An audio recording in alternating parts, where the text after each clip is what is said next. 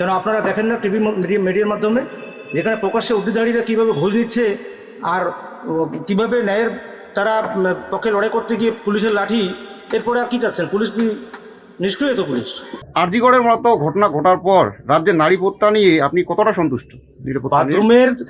বাথরুমের যে তথ্যগুলো সেটা যদি মুছে দিতে পারে রাজ্য সরকার, আর আরজিকরের মায়েরা আজকে আরজিকরের যেখানে মহিলারা মেয়েরা লড়াই করতে গিয়ে প্রতিবাদ করতে পুলিশের লাঠি যখন আসে তারপরে রাজ্য সরকারের প্রতি মানুষের কোনো সদিচ্ছা থাকবে কি?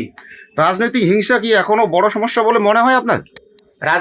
রাজনৈতিক হিংসা নয়, রাজনৈতিক একটা ভোটের সময় একটা আমরা উৎসব মনে করতাম, অন্যান্য সময় অন্যান্য রাজ্যগুলোতে দেখি যেটা বিজেপি করে দেখাচ্ছে, এখানে হিংসা করছে তৃণমূল।